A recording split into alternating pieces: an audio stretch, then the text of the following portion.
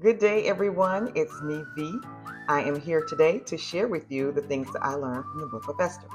In December, as I was trying to figure out what my word for 2025 would be, the Lord led me to the book of Esther. My word ended up being favor.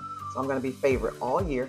But He led me to read the book of Esther, and I'm supposed to write down the 6 things or just things that I learned from the book of Esther. I ended up writing down 6 things. The Lord says, "Oh, these are good.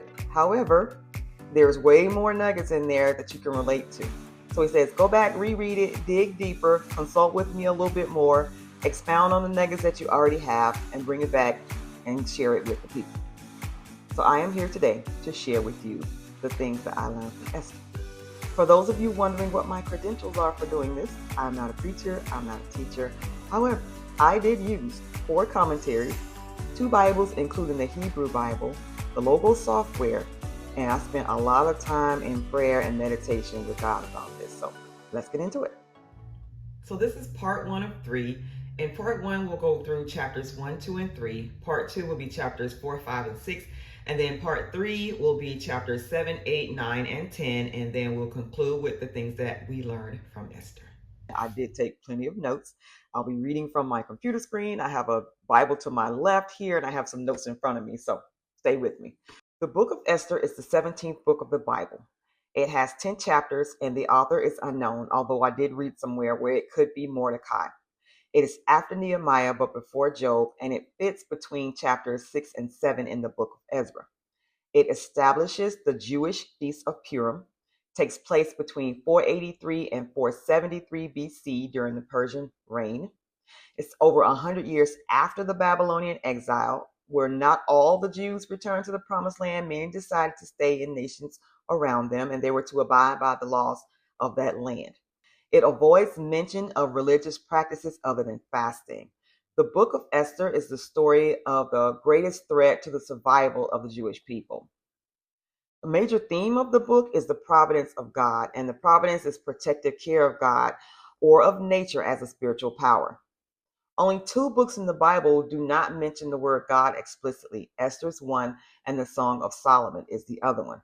Though God is not mentioned in this book, He is present and active. He is not hiding, He was only hidden. So let's get to know the main characters. King Ahasuerus. In some versions of the Bible, he's called King Xerxes. He's a very powerful Persian king. He's driven by wine and his desire for honor. He's going to show his pride through his boastfulness, his drunkenness, and his vindictiveness. And unfortunately, he's kind of an idiot, as you'll see as we go along. Mordecai. Mordecai is a descendant of Saul, of King Saul. He's from the tribe of Benjamin, his cousin and guardian to Esther, and he helped spoil the plot to have his entire people wiped out. Esther, orphaned, raised by Mordecai, eventually became queen of Persia, and she was probably the catalyst to saving her people from the awful thing that Haman had planned for them. Haman. Haman is an instigator and an agitator, Agagite, enemy of the Jews, inadvertently writes his own death certificate.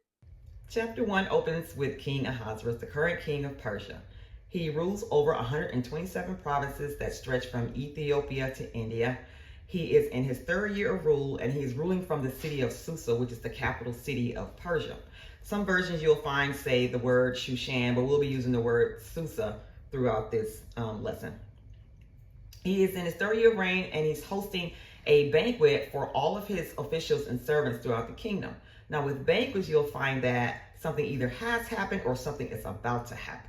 At this banquet, the main purpose of this one is to show off all of his wealth, showcase what he has, who he is.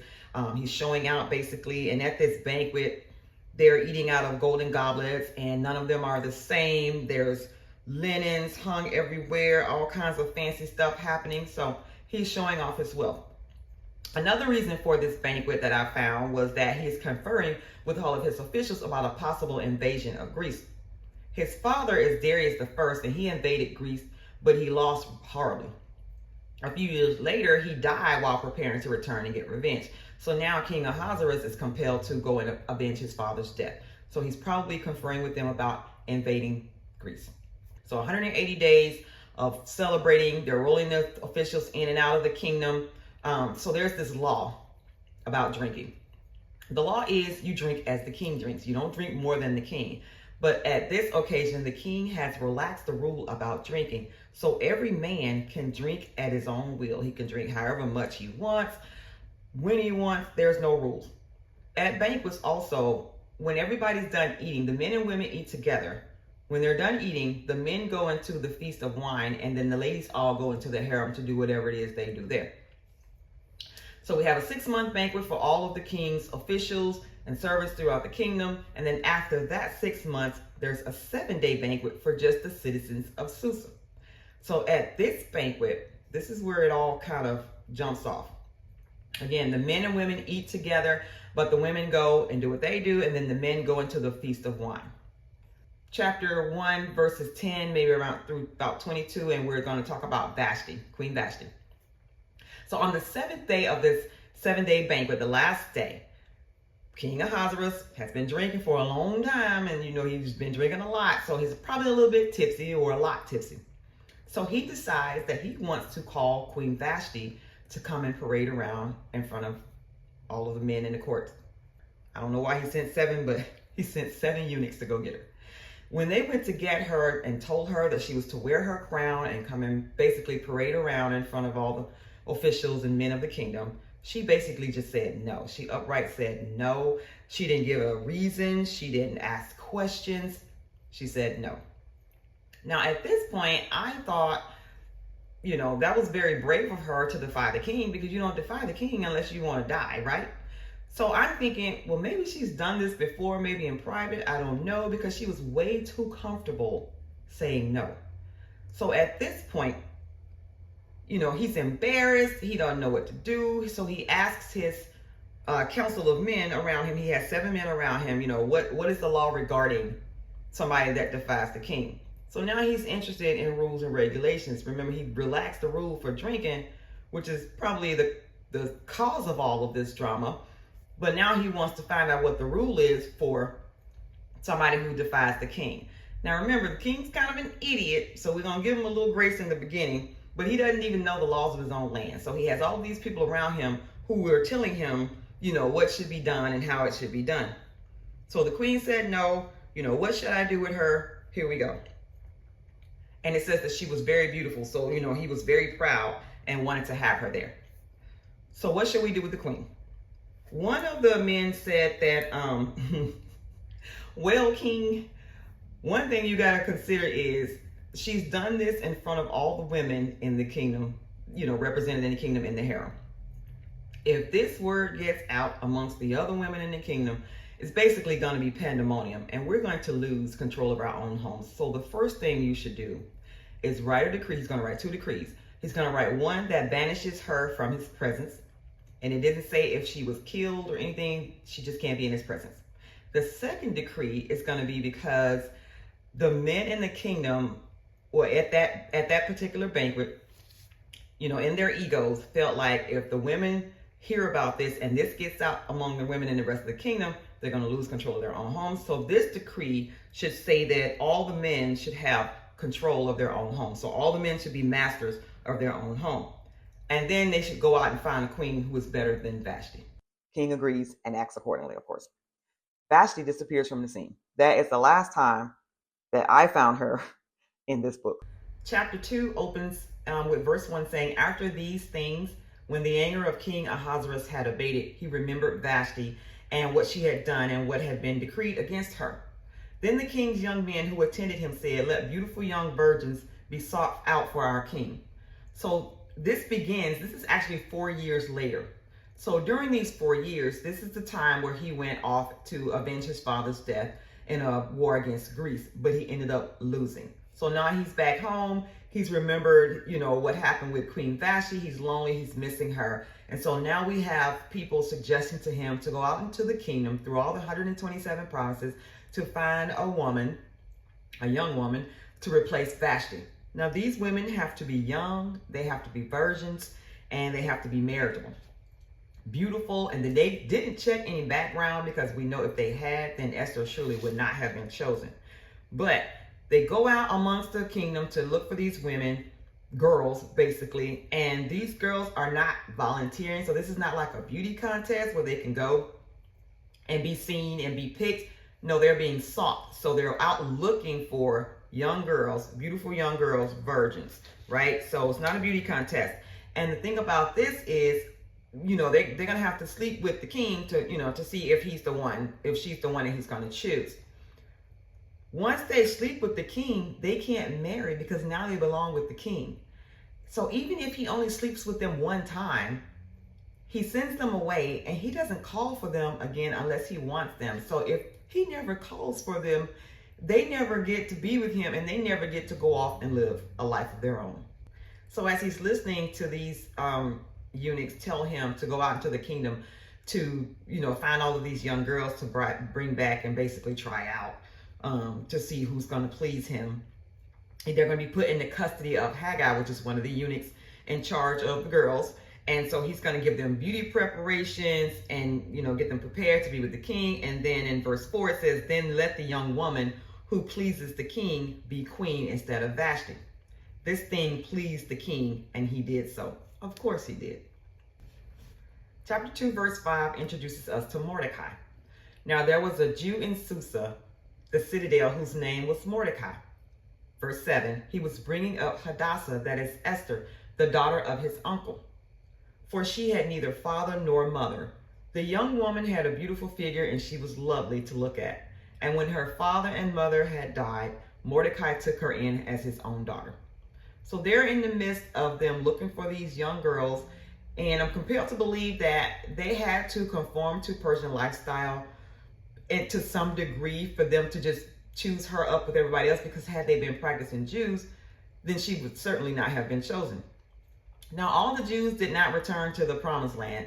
Some stayed in countries where they were. They had to abide by the laws of that land, but they were not restricted from practicing their own religion. But back to Esther, she was gorgeous. And so she immediately caught the eye of the eunuch Haggai, who was in charge of all the girls. And she actually caught the eye of everybody, that she was around. And so she caught everybody's eye because she was so pretty. So she gets special treatment. She gets the best place in the harem. She gets this glam squad of 7 maids. She gets the best food, the best clothing. She's already starting to rise. And through this, Mordecai has directed her not to say who she is. Nobody can know that she's Jewish. So she's, going through the process with all the other girls with her identity hidden. Remember, Esther means I will hide. So every day Mordecai gets to walk back and forth in the courts because he's become a courier in the king's court. To be with the king, there's a 12-month-long beautification process that each girl has to go through. So there's 6 months of oil and myrrh, and then 6 months of spices and preparations for beautifying women. So it's implied that they also learn how to be in the king's presence and other etiquettes of the palace. So each girl spends the night with the king and returns to the harem in the morning. Now, if she does not please the king, she goes with a different eunuch to the house of the concubines. Because remember, once you sleep with the king, you now belong to him and you can't marry. So you're basically trapped in the palace waiting for the king to call you by name. And if he never calls you by name, you never get to go see the king. Esther finally gets her turn. Every girl could take whatever they want, dress however they want to go in, with their night with the king. But Esther just, he dresses her accordingly because he knows what the king likes. So she's very basic because he says she doesn't need the extras. She's already beautiful. The king ends up being more attracted to her than any of the other girls. So she has her night with the king. She wins the king's heart. She pleases the king, basically, and she's chosen to be queen. So he gives her the crown, and there's a banquet held in her honor called the Feast of Esther. Remember, at banquets, something either has happened or something is about to happen. At the first banquet, Vashti fell from the throne. At this banquet, Esther rises to the throne. So continuing on in chapter 2, verses 19 through 23, Mordecai is going to come back on the scene. But remember, we have this Jewish girl as queen of Persia, and Mordecai is working in the courts of the king. So we know 2 things. Their identities are still concealed, and that they had to have assimilated to Persian lifestyle to some degree in order for them to be in these positions. So Mordecai's on his post in the court, and he overhears two of the king's own men plotting to have him killed. He tells Esther and encourages her to run and tell the king. Now, remember, he's in the court, so he has enough access to her to let her know these things. Esther reports to the king. The king conducts an investigation and finds the allegations to be true. And he has those two men hanged on the gallows, which means they were impaled. Mordecai's name is recorded in the archives along with this event. But the God moment here is that he is not rewarded. If you do something for the king makes sure that he is rewarding the people who are doing things in his honor. But this time it gets overlooked. So rolling into chapter 3, it's another 4 years later. Everything has been peaceful in Susa. Esther's reigned on the throne. Mordecai's been at work for the king in his courts, but everything is about to change. The Jews are about to be in the fight of their lives, all because of the hatred of a man named Haman. Every year at the Feast of Purim, the book of Esther is read out loud. And every time they come to the name Haman, the people are to shout out, "May his name be blotted out," and stomp their feet. Haman personifies everybody who's ever tried to exterminate the Jews, and we're going to find out why Haman is such a dangerous man. As we enter chapter 3, Haman comes on the scene. Haman is being promoted by the king to prime minister, making him second in command, although he's done nothing to deserve the position. Now don't forget, Mordecai actually saved the king's life by revealing a plan by his own two men that were going to have him killed. And he's not being rewarded for that just yet. So keep that in mind. Haman and Mordecai come from opposing ancestry. Mordecai is a descendant of Saul, and Haman is a descendant of the Amalekites, enemies of the Jews. Saul, in 1 Samuel 15, was supposed to destroy the Amalekites, but he disobeyed God and ended up losing his crown. The Amalekites lived, some of them lived, and so now their descendant Haman has taken up that mantle to have the Jews destroyed. Everything about Haman is hateful. Proverbs 6:16 through 19 says that these 6 things the Lord hates, yes, 7 are an abomination to him: a proud look, a lying tongue, hands that shed innocent blood, a heart that devises wicked plans, feet that are swift in running to evil, a false witness who speaks lies, and one who sows discord among the brethren. Keep that in mind as we talk about Haman, because that personifies this man. Haman's pursuit of fame and glory leads him to persuading the king to write a decree that declares all the members of the court bow down and honor him. Well, this would not be an issue typically because they would bow down and give that honor anyway, but because this may hint at maybe not all of the men in the court thought that Haman was worthy of that honor, now they're being forced to do it. But Mordecai has refused to do it day in and day out. And so there's always somebody lurking, always somebody watching, right? So chapter 3, verses 3 through 5 says that then the king's servants who were at the king's gate said to Mordecai, "Why do you transgress the king's command?" And when they spoke to him day after day, he would not listen to them. They told Haman in order to see if Mordecai's words would stand, for he had told them that he was a Jew. Why is this important? This is important because they just opened the door for them to renew an old conflict. But instead of dealing with Mordecai individually, Haman decides that he wants to destroy all of the Jews throughout the entire kingdom. Now this mirrors the decree, the ridiculous decree that the king wrote pertaining to the women knowing that Vashti had refused the king, so they may go and do it in their own homes and they're going to lose control of their own homes. So it was an over-the-top decree then, and this is also an over-the-top decree. It's ridiculous and unwarranted.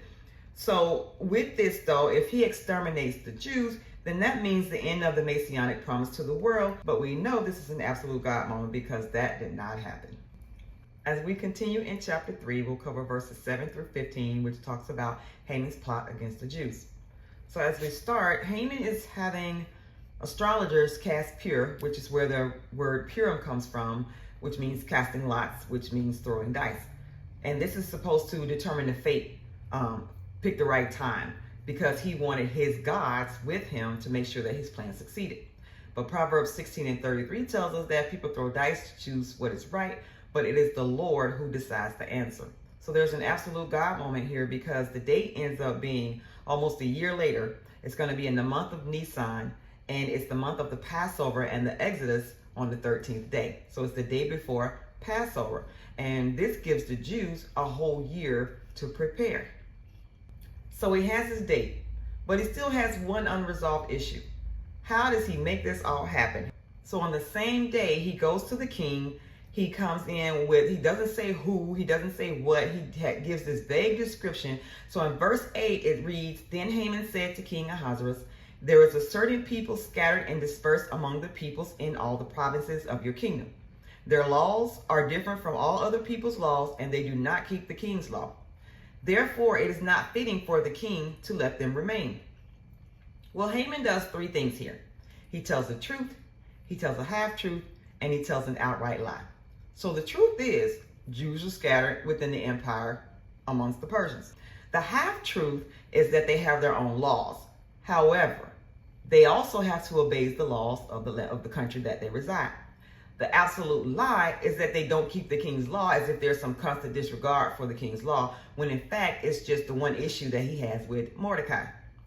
So he offers the king a big old ridiculous bribe that's going to be like more than half the tax revenue of the entire kingdom. Where's he getting the money? Probably from the people's belongings and property that he's going to invade and kill. So the king says, okay, gives him his signet ring to make this decree. But he also says, keep the money and do with it and the people as you will. So one tiny bit of prop to the king, he didn't take it, but then he didn't ask any questions. He just let it happen. So this is all kind of on his head. He's just giving permission to Haman to go out and destroy people. He didn't ask any questions. Again, the king is a buffoon because he just kind of let people tell him what to do. So Haman has the king's signet ring, which gives him the authority to act in the king's name. So all this ultimately comes down on the king. So he gets to work with the scribes, and they're writing out the decree, and they're going to have it sent out to all of the provinces in their own languages. And keywords in this decree is destroyed, killed, and annihilated. It's going to be the young, the old, male, female, total genocide. Take all of their stuff. Take all of their money. So he sends this decree out, and it generates total confusion throughout the entire kingdom. And then the king and Haman go back in to start drinking. So in chapter 3, we continue to see how the king's leadership style starts to unfold even worse than what we thought it was. And we see the true character in Haman, who has a position that he even doesn't deserve. And they've opened or reopened an ages-old conflict for one man, and he is about to destroy an entire race of people. So come back for part 2, and we'll cover chapters 4, 5, and 6 and see where this leads. Thanks for joining me.